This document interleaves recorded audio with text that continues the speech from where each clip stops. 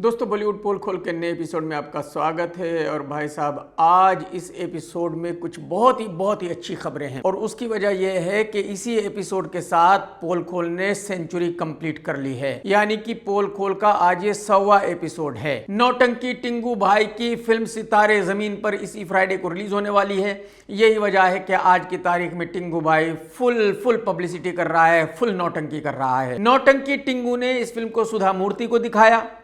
आप में से बहुत लोग पूछेंगे कि भाई सुधा मूर्ति कौन है। एक्चुअली एक मूर्ति साहब हैं जो बहुत बड़े बिजनेसमैन हैं, ये उनकी पत्नी है। तो जब टिंगू भाई आमिर खान ने फिल्म के रिलीज होने से 4-5 दिन पहले स्पेशल शो रखा और फिल्म को सुधा मूर्ति जी को दिखाया, तो सुधा जी क्या कहती? सुधा ही क्या, उनकी जगह कोई भी होता वो यही कहता कि भाई ये फिल्म एक कमाल की फिल्म है, बहुत ही जबरदस्त फिल्म है। मैं आपको ये बता दूं कि जो सुधा मूर्ति के हस्बैंड हैं, उनका कहना यह है कि जो लोग इनकी कंपनी में काम करते हैं उनको पूरे 7 दिन काम करना चाहिए, उनको डेली कम से कम 18 घंटे काम करना चाहिए, उनको पैसे कमाना चाहिए। फ्री बैठ के क्या होगा? इसका मतलब यह है कि सुधा की पति की कंपनी में जो लोग काम करते हैं, सुधा के पति उनका शोषण करते हैं, उनको सताते हैं, उनको टॉर्चर करते हैं। और टिंगू भाई को फिर भी ऐसा लगता है कि अगर सुधा मूर्ति ये कहेगी कि यह फिल्म तो बहुत ही कमाल की फिल्म है, तो हिंदुस्तान का हर आदमी अपना घर बार मकान दुकान बेचकर इस फिल्म को देखने जाएगा। मैं टिंगू भाई को यह बताना चाहता हूं कि हिंदुस्तान की पब्लिक में से 0.001% लोग भी सुधा को नहीं जानते कि सुधा कौन है। सुधा के कहने से उसका ड्राइवर भी फिल्म नहीं देखता, सुधा के कहने से उसका पड़ोसी भी फिल्म नहीं देखता। पब्लिक की तो बात ही छोड़ दीजिए। देखिए, जहां तक मेरी समझ है, फिल्में बनाई जाती है एंटरटेनमेंट के लिए। लोग फिल्में देखने जाते हैं टाइम पास करने के लिए, एंटरटेन होने के लिए। आप देख ही रहे हैं आज की तारीख में हिंदुस्तान में चारों तरफ कितना दुख है।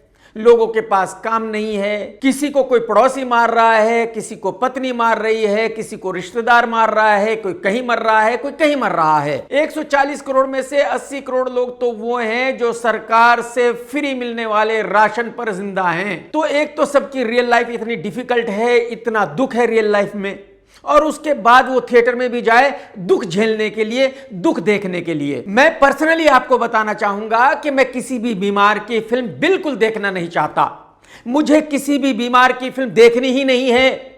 जब दुनिया में रियल में इतना दुख है तो फिर मुझे थिएटर में जाकर नहीं रोना है, मुझे थिएटर में जाकर दुख नहीं देखना है। लेकिन टिंगू भाई आमिर खान ने यह फिल्म बनाई है बीमारों के ऊपर, और टिंगू भाई का ऐसा मानना है कि पब्लिक रो रही है बीमारों की फिल्म देखने के लिए, पब्लिक रो रही है थिएटर में जाकर दुख देखने के लिए। इसी कमिंग फ्राइडे को यह तय हो जाएगा कि टिंगू भाई सही सोच रहा है या मैं सही सोच रहा हूं। बॉलीवुड में एक नौटंकी फिल्म मेकर है जिसका नाम है विवेक अग्निहोत्री। इसी ने फिल्म बनाई थी कश्मीर फाइल्स।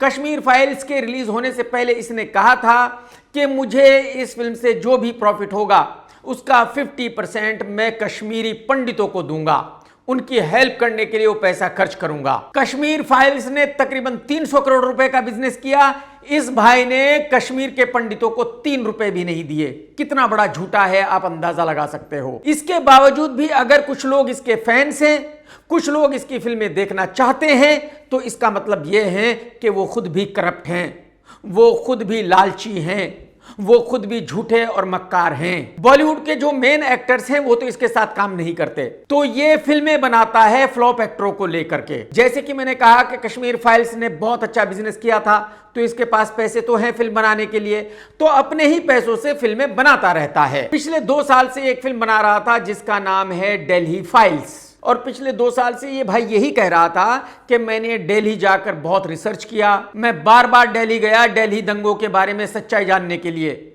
और उसी सच्चाई पर मैंने ये कहानी लिखी और फिर ये फिल्म बनाई दिल्ली फाइल्स। लेकिन अब जबकि फिल्म कंप्लीट हो गई है और रिलीज पर है, तो अब इसने इस फिल्म का नाम चेंज कर दिया है बंगाल फाइल्स। आप मुझे बताइए कि जब ये आदमी पिछले 2-3 साल से दिल्ली जा रहा था, दिल्ली में जो दंगे हुए उनके बारे में रिसर्च कर रहा था, और उसी रिसर्च पर इसने दिल्ली फाइल्स फिल्म बनाई थी, तो फिर उसका नाम बंगाल फाइल्स कैसे हो सकता है? जो कुछ भी दिल्ली में हुआ था, जो कुछ भी दिल्ली फाइल्स फिल्म में दिखाया गया, वो बंगाल में कैसे हो सकता है? उस कहानी को बंगाल से कैसे जोड़ा जा सकता है? तो इसका मतलब यह हुआ कि विवेक अग्निहोत्री ने एक प्रोपेगेंडा फिल्म बनाई है, एक ऐसी झूठी कहानी कही है जिसका हकीकत से कोई लेना देना नहीं है। तो पहले ये उस फिल्म को कह रहा था कि दिल्ली फाइल्स है, अब उसी फिल्म को ये कह रहा है कि ये तो बंगाल फाइल्स है। यानी कि हकीकत में ये धोबी का कुत्ता है, ना घर का है ना घाट का है। ये बात मैं विवेक को पहले भी कई बार बता चुका हूं कि भाई साहब, बिटौड़े में तीर एक बार लगता है, पब्लिक को बेवकूफ एक बार बनाया जा सकता है, बार बार नहीं बनाया जा सकता। तो पब्लिक आपको अच्छी तरह जान चुकी है। पब्लिक को पता है कि आप वही हो जो कश्मीरी पंडितों के नाम पर पैसे कमाकर खा गए हो, कश्मीरी पंडितों को 1 रुपया भी नहीं दिया। तो पब्लिक को आपकी फिल्म देखनी नहीं है। आप कुछ भी बनाइए, कुछ भी ड्रामा कीजिए, किसी को घंटा फर्क नहीं पड़ता। सोनाक्षी सिन्हा की एक फिल्म आ रही है जिसका नाम है निकिता रॉय। इसको डायरेक्ट किया है सोनाक्षी के भाई कुश ने। इस पूरी फिल्म को लंदन में शूट किया गया है और ये एक थ्रिलर फिल्म है। इस फिल्म में अपना ही मूत पीकर जिंदा रहने वाले परेश रावल भी हैं, अर्जुन रामपाल भी है और भी बहुत सारे एक्टर्स हैं। ये फिल्म इसी महीने 27 जून को रिलीज होने वाली है। इस फिल्म के रिलीज होने के बाद ही पता चलेगा कि ये फिल्म कितनी अच्छी है और सोनाक्षी का भाई कितना अच्छा डायरेक्टर है। बॉलीवुड में 2 ऐसे एक्टर हैं जिनकी 99% क्वालिटीज मिलती है। एक है विद्युत जामवाल, दूसरा है टाइगर श्रॉफ। दोनों को ही बेचारों को एक्टिंग नहीं आती, दोनों ही उछल कूद करते हैं, दोनों को ही ऐसा लगता है कि अगर वो बॉडी दिखाएंगे तो बहुत बड़े स्टार माने जाएंगे। दोनों को ही ऐसा लगता है कि पूरी जिंदगी अगर वो एक्शन करते रहेंगे, उछल कूद करते रहेंगे तो वो हिट एक्टर माने जाएंगे। विद्युत का कैरियर खत्म हो चुका है, आज की तारीख में वो अपने घर पर बैठा हुआ है, लेकिन टाइगर के पास कुछ फिल्में अभी तक हैं। टाइगर, अक्षय कुमार और उनके दोस्तों ने मिलकर क्रिकेट खेला, वहां मीडिया को भी बुलाया, बाकायदा वीडियो सोशल मीडिया पर पोस्ट किए और उस वीडियो में देखा जा सकता है कि टाइगर क्रिकेट भी अगर खेल रहा है तो सिर्फ चड्डी पहनकर खेल रहा है, कुछ नहीं पहना है भाई ने। क्योंकि भाई को ऐसा लगता है कि अगर पब्लिक उसकी ये फोटो देखेगी, उसको चड्डी में देखेगी, उसके 6 पैक्स देखेगी तो पब्लिक उसको सुपरस्टार मान लेगी। और वो तो फिर भी ठीक है, ये भाई साहब चड्डी पहन के क्रिकेट भी खेलता है। चड्डी पहन के क्रिकेट कौन खेलता है यार? ये वीडियो देखने के बाद बहुत लोगों ने टाइगर को ट्रोल किया है और पूछा है कि भाई साहब, अगर आपके पास कपड़े नहीं हैं तो हम खरीद कर दे देते हैं, और अगर आपको ऐसा लग रहा है कि आप नंगे क्रिकेट खेलोगे तो आप बहुत बड़े सुपरस्टार बन जाओगे तो आपकी बहुत बड़ी गलतफहमी है। आप ऐसा मत कीजिए। अगर आपको क्रिकेट खेलना है तो कम से कम कपड़े पहन लीजिए। बॉलीवुड में एक एक्टर हैं जिनका नाम है नील नितिन मुकेश। ये अपने वक्त के बहुत बड़े सिंगर मुकेश कुमार जी के पोते हैं। नील ने एक इंटरव्यू दिया और उसमें बॉलीवुड के कुछ एक्टरों को जमकर लताड़ा, बॉलीवुड के कुछ एक्टरों की खूब रेल बनाई। नील ने कहा कि बॉलीवुड में कुछ ऐसे एक्टर हैं जो पिछले 10 साल से सिर्फ फ्लॉप फिल्में करते आ रहे हैं। कुछ ऐसे भी एक्टर हैं जिनकी 10-12 फिल्में लाइन से फ्लॉप हो चुकी है, उसके बावजूद भी उनको 200-300 करोड़ के बजट की फिल्म मिलती रहती है। और एक हम हैं, अगर हमारी एक फिल्म नहीं चलती तो हमें फ्लॉप घोषित कर दिया जाता है। हमें कहा जाता है कि तुम एक्टर नहीं हो, तुम्हारी कोई फैन फॉलोइंग नहीं है। हालांकि नील ने किसी का नाम नहीं लिया, लेकिन उसने जो बातें कही उससे बिल्कुल क्लियर है कि नील बुढ़ों के बारे में बात कर रहा था और अक्की के बारे में बात कर रहा था। बॉलीवुड में एक छोटी मोटी एक्ट्रेस है जिसका नाम है पूजा बनर्जी। ये बेचारी सीरियल किया करती है, रियलिटी शोज किया करती है। अब इसने एक वीडियो रिलीज किया और उसमें बताया कि इनके साथ धोखा हो गया है। जो कुछ भी इसने और इसके हस्बैंड ने जिंदगी भर कमाया था वो सब लूट चुका है। किसी ने इनको लूट लिया है, किसी ने इनके साथ स्कैम कर दिया है। इन्होंने कहा कि हमारे पास आज की तारीख में कुछ भी नहीं बचा, हमारी जिंदगी जीरो हो गई है, अब हमें जीरो से सब कुछ शुरू करना पड़ेगा। कमाल यह है कि सब कुछ कहने के बाद, सब कुछ बताने के बाद भी इन्होंने किसी का नाम नहीं लिया कि किसने इनके साथ धोखा किया है, किसने इनके साथ स्कैम किया है, किसने इनके सभी पैसे लूट लिए हैं। इन्होंने किसी का नाम नहीं लिया और इसकी 2 वजह हो सकती है। एक तो ये कि इन्होंने कहीं वो पैसा किसी बिजनेस में इन्वेस्ट किया हो और वो बिजनेस ना चला हो और जाहिर सी बात है सब नुकसान हो गया हो, या किसी ने इनको सजेस्ट किया हो और इन्होंने उनके कहने से कहीं पैसा इन्वेस्ट कर दिया हो और वो जीरो हो गया हो।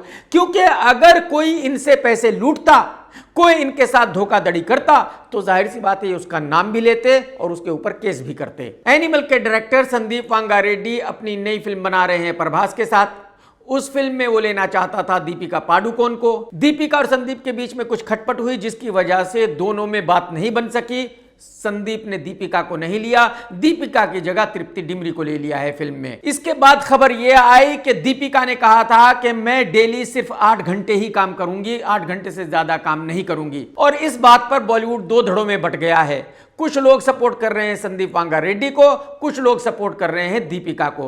कहने का मतलब यह है कि पूरा बॉलीवुड इस कंट्रोवर्सी में कूद पड़ा है पब्लिसिटी के लिए। तो अगर कहीं पब्लिसिटी लेने की बात हो रही है तो वहां नेहा धूपिया पीछे कैसे रह सकती है? नेहा धूपिया ने कहा कि जो दीपिका ने कहा है वो बिल्कुल सही है। अगर दीपिका ने ये कहा कि वो सिर्फ 8 घंटे काम करेगी तो ये बिल्कुल करेक्ट है। संदीप वांगा रेड्डी को ये नहीं कहना चाहिए कि अगर आप 8 घंटे काम करोगी तो मैं आपको अपनी फिल्म में नहीं लूंगा।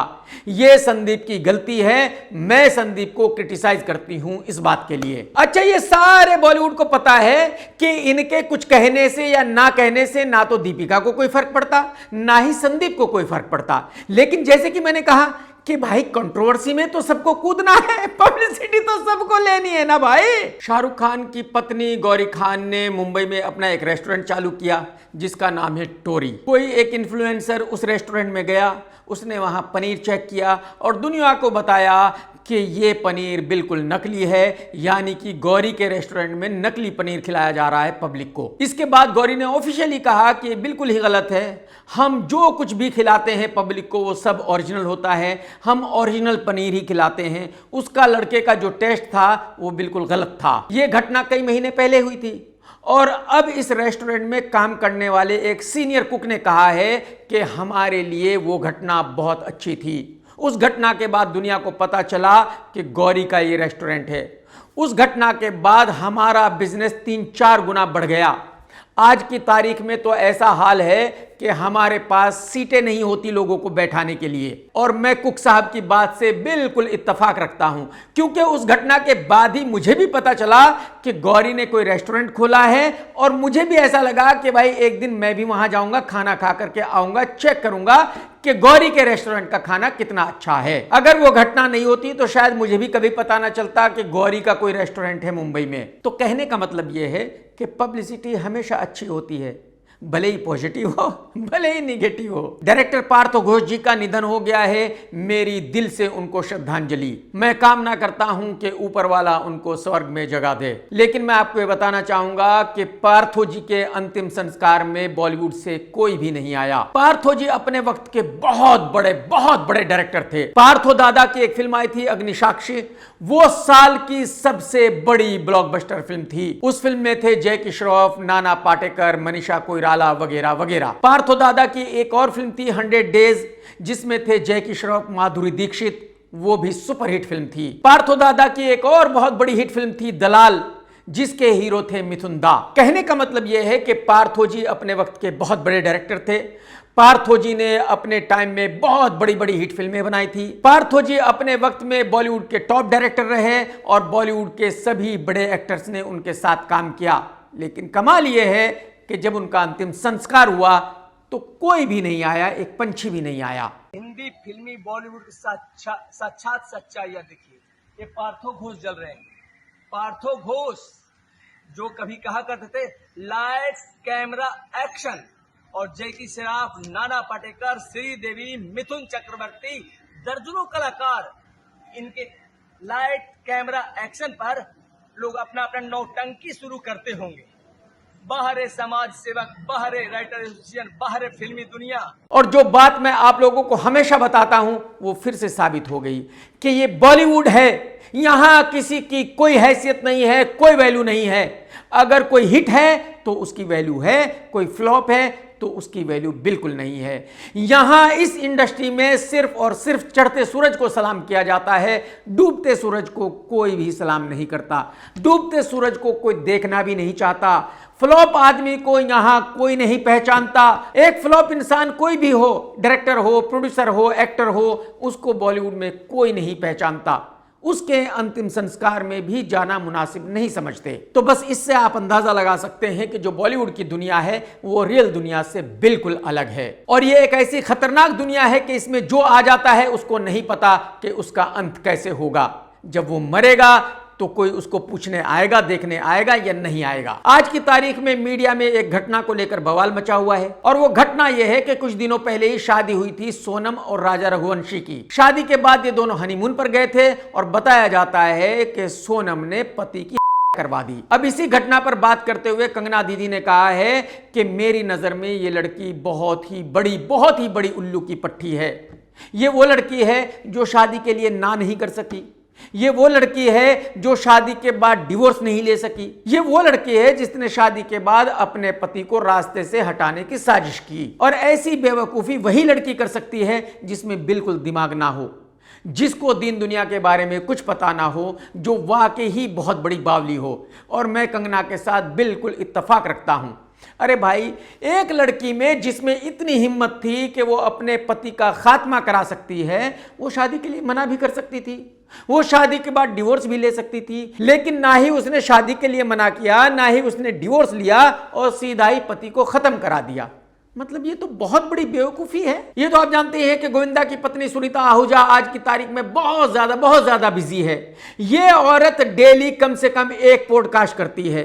कोई ना कोई इसको अपने पॉडकास्ट पर बुलाता रहता है, ये जाती रहती है। इसको ऐसा लग रहा है कि जितनी भी ज्यादा बातें करेगी अपनी फैमिली के बारे में उतना ही अच्छा है, उतनी ही ज्यादा इसको पब्लिसिटी मिल रही है। इसको ये नहीं पता कि डेली पॉडकास्ट करके ये अपनी फैमिली की वाट लगा रही है, अपनी फैमिली की इज्जत को मिट्टी में मिला रही है। अब इसने अपने एक पॉडकास्ट में कहा है कि एक वक्त था जब गोविंदा बहुत ही हैंडसम हुआ करता था, बहुत ही अच्छा दिखता था, लेकिन अभी गोविंदा एकदम भैंसे जैसा दिखता है। मैं उसको रोज कहती हूं कि कम से कम 10 से 15 किलो वजन कम कर, लेकिन वो करता ही नहीं है। गोविंदा के साथ 3-4 लोग हैं जो उसको बेवकूफ बना रहे हैं, जो उसकी जिंदगी बर्बाद कर रहे हैं। सुनीता ने बताया कि गोविंदा के साथ एक लिरिक्स राइटर है जो कुछ भी लिखता रहता है और गोविंदा उसको कहता रहता है कि बहुत बढ़िया, बहुत बढ़िया, बहुत बढ़िया। सुनीता का कहना यह है कि जो गोविंदा का वकील है वो भी उसको पागल बनाता है, जो गोविंदा का सेक्रेटरी है वो भी उसको पागल बनाता है। इन 3 लोगों ने गोविंदा की जिंदगी को पूरी तरह बर्बाद कर दिया है, गोविंदा को फ्लॉप कर दिया है। अगर आपको नहीं पता तो मैं आप लोगों को बताना चाहता हूं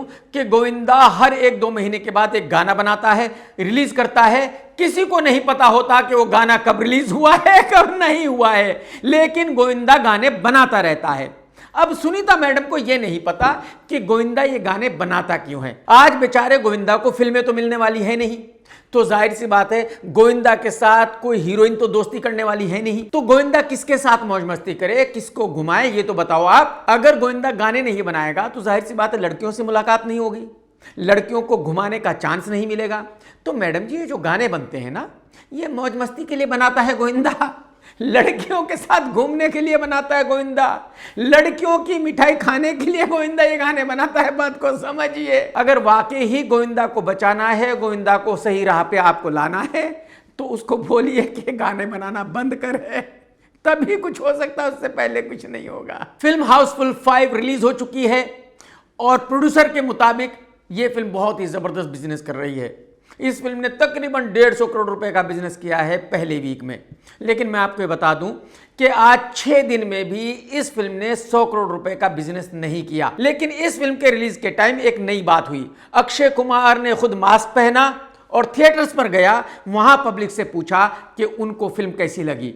जिन लोगों ने कहा कि फिल्म अच्छी लगी, उनका वीडियो अक्की भाई ने सोशल मीडिया पर डाल दिया। जिन्होंने कहा कि क्या वाहियात फिल्म थी, क्या घटिया फिल्म थी, ऐसी फिल्म मुझे जिंदगी में दोबारा देखनी नहीं है, उनका वीडियो अक्की भाई ने गायब कर दिया। देखो अक्की भाई, अगर आप थिएटर पर गए थे तो आपको पूरा वीडियो ऐसे के ऐसा ही रिलीज करना चाहिए था। आपको दिखाना चाहिए था कि भाई 10 लोगों में से इतने लोगों ने इस फिल्म को अच्छा कहा, इतने लोगों ने इस फिल्म को खराब कहा।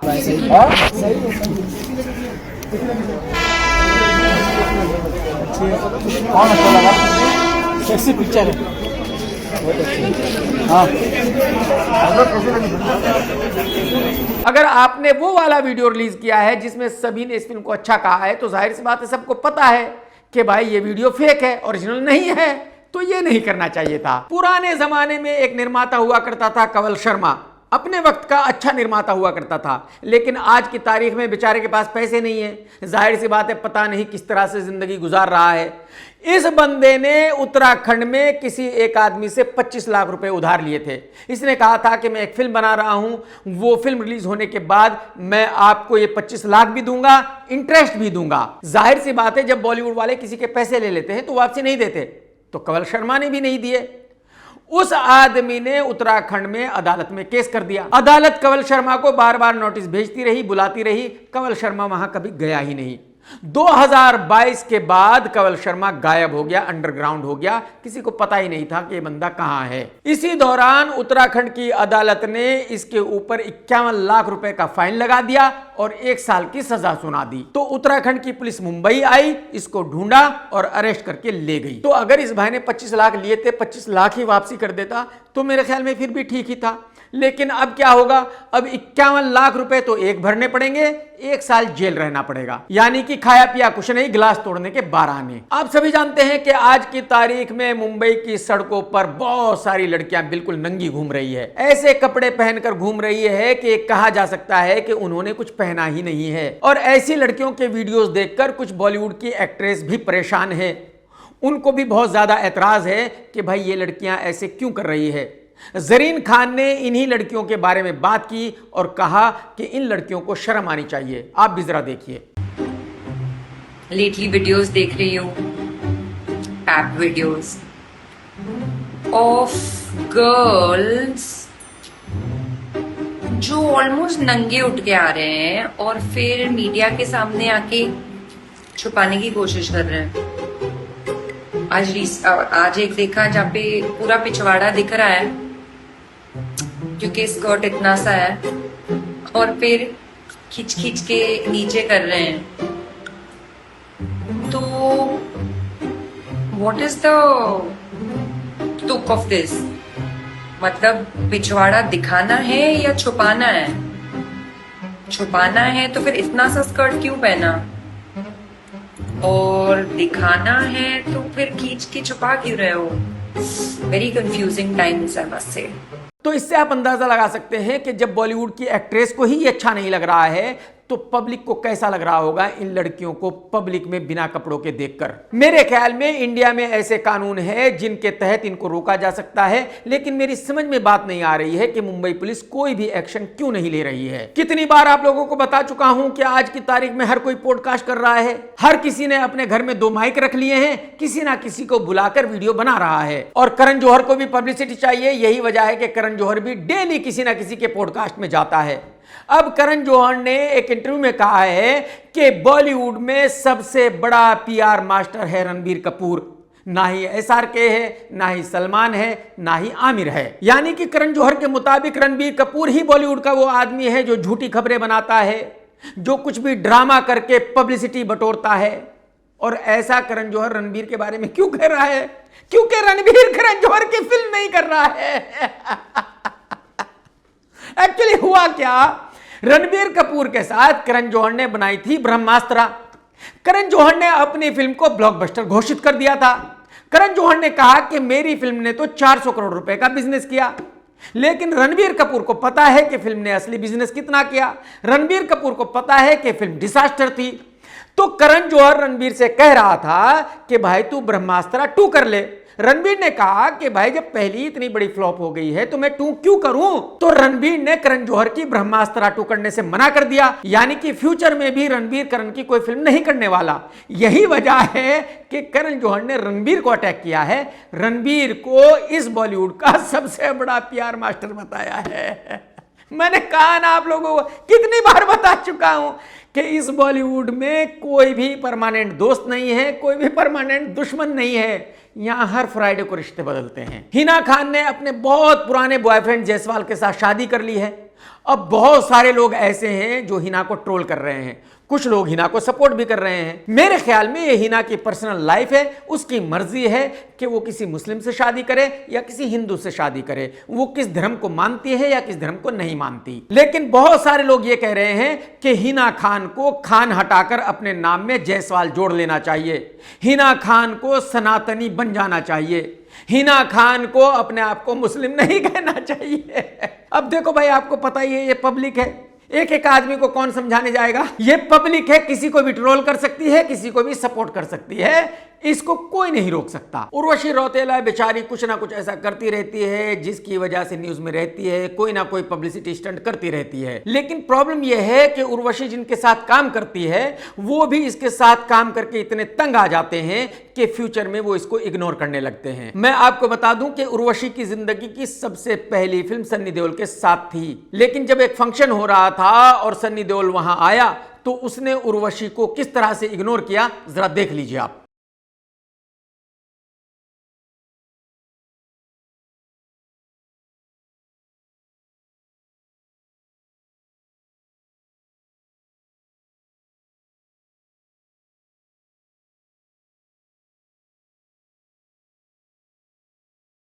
बेचारी उर्वशी इस तरह से सन्नी की तरफ देख रही थी जैसे कि सन्नी उससे कहेगा कि उर्वशी यार तू कहां गायब है यार, तू तो मेरी क्लोज दोस्त है यार। लेकिन सन्नी ने इस लड़की को पूरी तरह इग्नोर कर दिया।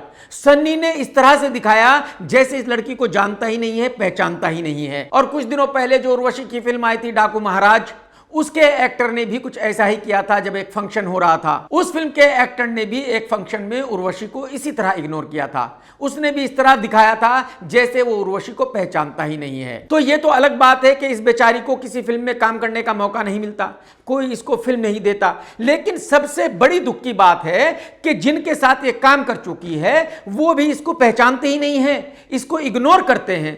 कुछ ना कुछ तो ऐसी हरकत ये जरूर करती होगी जो इसके साथ काम करने वाले इससे तंग आ जाते हैं। एक जमाना था कि जब लोग रील के बारे में बात करते थे तो मैं कहता था कि यार क्यों टाइम खराब कर रहे हो, क्यों रील के बारे में बात कर रहे हो। लेकिन आज की तारीख में ऐसी ऐसी रील्स बन रही है भाई साहब कि देख के मजा ही आ जाता है। एक रील तो मैं भी आपको दिखा देता हूं, जरा देख लो। चाटने और चूसने के मामले में आचार दूसरे नंबर पर है, पहले नंबर पर आम के गुठली हैं और हरामखोरो।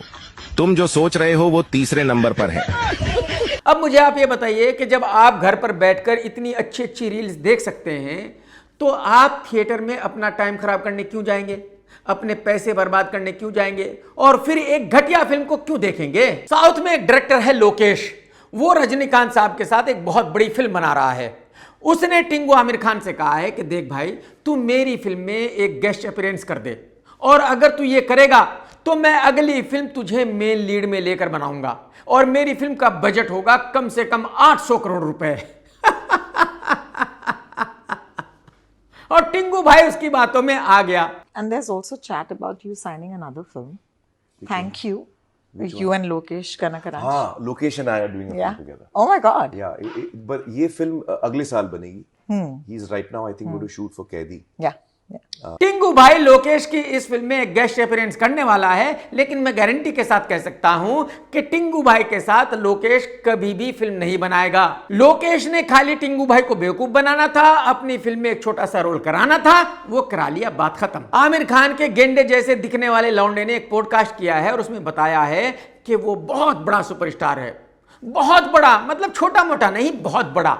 जुनैद ने कहा है कि देखो आज की तारीख में जितने भी एक्टर हैं ना, उनको सोशल मीडिया पर रहना ही पड़ेगा, दुनिया को बताना पड़ेगा कि वो एक्टर हैं। लेकिन मैं सोशल मीडिया पर ना रहकर भी ठीक हूं, क्योंकि मुझे सब लोग जानते हैं, सब लोगों को पता है कि मैं स्टार हूं, मैं आमिर खान का बेटा हूं। As an actor today, I can afford to not be on social media. I don't think other actors would be able to do that. Why do you say that? I think the exposure that it brings you, I mean, you would otherwise need that. I don't need that because the whole industry knows who I am. And in nepo kids को ये कौन बताता है कि ये लोग star हैं क्योंकि इनका फादर एक्टर है। मतलब एक ही जीवन में साला क्या क्या देखना पड़ेगा, ऊपर वाले ने कौन से गोले पे भेज दिया जो ऐसे लुक्खे बच्चों की भी बातें सुननी पड़ती है। बताओ टिंगू आमिर खान भाई, या अपने लौंडे को कुछ समझा भाई, इसको बता कि इस लुक्खे को इसके पड़ोसी भी नहीं जानते, पब्लिक की तो बात ही छोड़ दो, इसका ड्राइवर भी इसको हीरो नहीं मानता, पब्लिक की तो बात ही छोड़ दीजिए। मतलब क्या हो रहा है यार। आज की तारीख में इंडिया में फुल बेरोजगारी है, तो जाहिर सी बात है हर कोई पॉडकास्ट कर रहा है, हर कोई इन्फ्लुएंसर बन गया है, हर कोई यहां वहां जाके वीडियो बना रहा है, पैसे कमा रहा है, घर चला रहा है। तो इंडिया के ऐसे बहुत सारे लौंडे हैं जो विदेशों में जा रहे हैं, वहां वीडियो बना रहे हैं और दुनिया को दिखा रहे हैं कि देखो ये कंट्री कैसी है, ये कंट्री कैसी है। एक ऐसा ही लुक्खा तुर्की गया था, वहां एक लड़की के साथ उसने बदतमीजी की और जैसे ही वो वीडियो उसने सोशल मीडिया पर पोस्ट किया, वैसे ही तुर्की की पुलिस ने उसको अरेस्ट कर लिया। कमाल का माल है, देख रहे हो ना यार आप, कमाल की माल। मेरा दिल कर रहा है ना दबा दूं, ऐसे अपने हाथ में पकड़े दबाऊं, चेक करूं क्या है, लेकिन अब उसके लिए मुझे रात का टाइम वेट करना पड़ेगा, आपको पिलाना पड़ेगा। लेकिन उसके अरेस्ट होने के बावजूद भी ये जो इन्फ्लुएंसर्स हैं ये सुधरे नहीं है, क्योंकि इंडिया में जो कुछ इन्होंने सीखा है, इंडिया का जैसा माहौल है वैसा ही सब कुछ ये विदेशों में जाकर करते हैं, क्योंकि इनको लगता है कि भाई इंडिया में जो हम कर सकते हैं वो विदेश में भी कर सकते हैं, हमें कोई रोकने वाला नहीं है। और यही वजह है कि हर हफ्ते कोई ना कोई कहीं ना कहीं अरेस्ट हो रहा है। मैं इन सभी लुक्खे इन्फ्लुएंसर से कहना चाहता हूं कि भाई साहब, जो गंदगी तुम लोग विदेशों में जाकर मचा रहे हो ना, उससे इंडिया का नाम बहुत ज़्यादा ख़राब हो रहा है। वहाँ के लोग सोचते हैं कि सभी इंडियन ऐसे ही होते हैं, ऐसे ही लुक्खे होते हैं, ऐसे ही घटिया होते हैं जैसे तुम हो। तो मैं तुम लोगों से हाथ जोड़कर रिक्वेस्ट करता हूँ कि जो गंदगी फैलानी है इंडिया में फैलाओ, विदेश में जाकर इंडिया का नाम खराब मत करो। विदेश में अगर जाते हो, वीडियो बनाते हो, तो वहां तहजीब से रहो, तमीज से रहो, वहां घटिया हरकतें मत करो भाई साहब। आमिर खान टिंगू की फिल्म सितारे जमीन पर इसी फ्राइडे को रिलीज होने वाली है, तो यही वजह है कि आमिर खान कहीं ना कहीं मीडिया से मुखातिब होता रहता है। अब टिंगू भाई ने मीडिया से कहा है कि जो उसने फिल्म बनाई थी तारे जमीन पर, और उसमें जो उस बच्चे को बीमारी थी, एक्चुअली वो सच्ची कहानी है। जब एक पत्रकार ने पूछा कि भाई ये कैसे हो सकता है, तो आमिर ने बताया कि यही बीमारी उसके बेटे जुनैद को थी बचपन में, और यही वजह है कि उसने वो फिल्म बनाई थी तारे जमीन पर। ये बात मैंने कहीं बताई नहीं आज तक, शायद मैं पहली दफा बोल रहा हूं। मैं बात कर रहा हूं जुनैद की। जो मेरा बेटा जुनैद है ना, ये अभी फिल्म को रिलीज हुए 17-18 साल हो गए, मैंने आज तक ये बोला नहीं है जुनैद इज डिस्लेक्सिक, और उस वक्त मैंने ये बात बताई नहीं because only Junaid has the right to speak about himself. Aamir का कहना यह है कि उसने इस बात को दुनिया से छुपाया था कि उसके बेटे को सच में यह बीमारी है। टिंगू भाई, मैं आपसे सिर्फ इतना कहना चाहता हूं कि अगर आपने इस बात को इतने सालों तक छुपाया तो उसका कोई फायदा नहीं हुआ, क्योंकि आज जो भी आपके बेटे को देखता है उसको पता है कि ये लड़का बीमार है, ये लड़का मेंटली डिस्टर्ब है, ये लड़का सही हालत में नहीं है, क्योंकि जिस तरह वो पागलों की तरह हंसता है उससे पता चल जाता है कि टोटली दिमाग से पैदल है। आप सभी जानते हैं कि आज की तारीख में सोशल मीडिया पर हंगामा मचा हुआ है। कोई पत्नी कहीं पति को मार रही है, कोई पति कहीं पत्नी को मार रहा है, कहीं कुछ हो रहा है, कहीं कुछ हो रहा है। ऐसे में ही एक कमाल का वीडियो मेरी नजरों के सामने से गुजरा, जरा आप भी देखिए। हाँ, 8 ही पति है जिनका सिंदूर हम अपने कपार पर लगा के रखे हुए हैं। यहाँ पर गिनिएगा 1 2 3 4 5 6 7 8, यानी इनके 8 पति है और 8 पति के नाम का यह सिंदूर अपने माथे पर सजी हुई है ना जी। यानी कि इस औरत के रियल में 8 पति हैं और ये डेली अपनी 8 मांग में सिंदूर भरती है 8 पतियों के नाम का। बताइए, अब आप जरा अंदाजा लगाइए कि एक ही औरत 8 पतियों के साथ रहती है। ये 8 पति बंटवारा कैसे करते होंगे, किसको पता रूम में कोई है या नहीं है। अबे भाई, कुछ भी हो रहा है यार, कुछ भी हो रहा है आज की तारीख में। कसम राजस्थान के उस काले हिरन की जो अपनी जिंदगी से बहुत ज्यादा परेशान था, जिसको किसी ने नहीं मारा था, जिसने खुदकुशी कर ली थी। भाई साहब, आप जरा ये वीडियो देखिए, विवेक की कितनी भारी बेइज्जती होती है हर जगह बॉलीवुड में। आज की तारीख में विवेक ओबेरॉय की बॉलीवुड में यह हैसियत है कि बॉलीवुड की कोई भी एक्ट्रेस इसके पास भी खड़ा होना मुनासिब नहीं समझती, इसके पास खड़ा होना अपनी इंसल्ट समझती है। आप जरा देख लीजिए।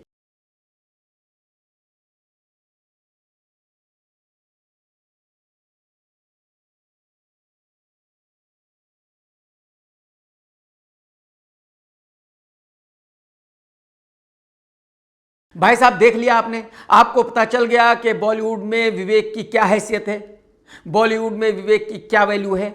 लेकिन जो बाहर के लोग हैं उनको विवेक ये बताता है कि विवेक से बड़ा सुपरस्टार बॉलीवुड में कोई है ही नहीं। बस यही हकीकत है इस बॉलीवुड की। समझ रहे हो। अब मुझे बताइए कि जिस विवेक के पास बॉलीवुड की कोई लड़की खड़ी होने के लिए तैयार नहीं है, उसकी फिल्म कोई भी अपने पैसे खर्च करके क्यों देखने जाएगा थिएटर में। अब आमिर खान ने ऑफिशियली बताया है कि उसने फिल्म डर क्यों नहीं की थी। जब यश चोपड़ा ने वो फिल्म आमिर को ऑफर की तो आमिर ने यश जी से कहा था कि मैं ये फिल्म करने के लिए तैयार हूं, आप सन्नी देओल और मुझे साथ में बैठाइए और हम दोनों को साथ में नरेशन दे दीजिए, हम दोनों को बता दीजिए उसका क्या रोल है, मेरा क्या रोल है। Yash ji did not feel that he should give a joint narration. So on that basis I was removed from the project.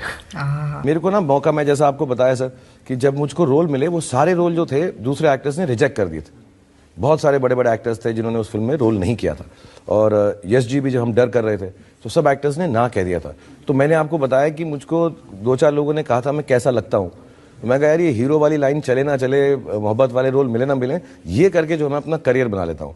और जाहिर सी बात है अगर यश चोपड़ा साहब ऐसा करते तो वो फिल्म कभी ना बनती, सनी देओल उस फिल्म को कभी ना करता। लेकिन यश चोपड़ा ने आमिर को निकालकर शाहरुख खान को लिया। शाहरुख खान ने ऐसी कोई डिमांड नहीं की। यश चोपड़ा ने एक कहानी सनी देओल को बताई, उसने ओके की, एक कहानी SRK को बताई, उसने ओके की। और यही वजह है कि जब फिल्म की शूटिंग हो रही थी तो बहुत सारे झगड़े हो रहे थे।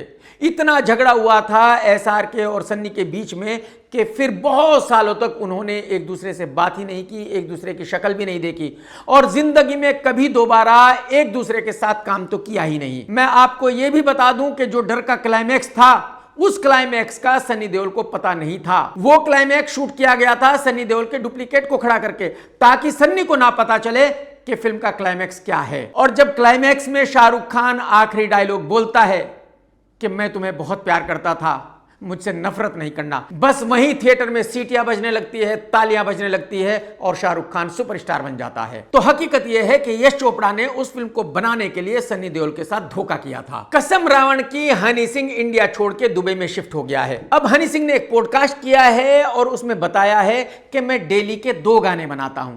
2 गाने यानी कि 365 डेज में ये भाई तकरीबन 700 गाने बनाता है। आप दुबई शिफ्ट हो गए? हाँ, दुबई रहता हूँ। How is life in Dubai? आपका डेली रूटीन क्या है जिस दिन आपका काम नहीं है? मैं रोज काम करता हूँ। ओके। क्योंकि मजा आता है और वापस अपने जोन में हूँ, अपने एलिमेंट में हूँ। म्यूजिक प्रोड्यूस करना ही करना है मुझे रोज। 2 गाने रोज दिन के फोड़ने। 2 गाने? हनी भाई 2 ही क्यों, आप 4 भी बना सकते हो, 5 भी बना सकते हो। आपने गाना बनाने के लिए करना ही क्या है? अरे भाई एक म्यूजिक रखना है और बकवास करनी है तो 2 की बजाय 3 भी बना सकते हो, 4 भी बना सकते हो। क्या ही फर्क पड़ता है आपके गाने से किसी को? बताओ यार, बताइए, अंदाजा लगाइए। एक आदमी डेली 2 गाने बनाता है, जबकि जो सही तरीके से गाने बनते हैं भाई साहब, एक गाने को कम से कम 2 महीने लगते हैं कंप्लीट होने में।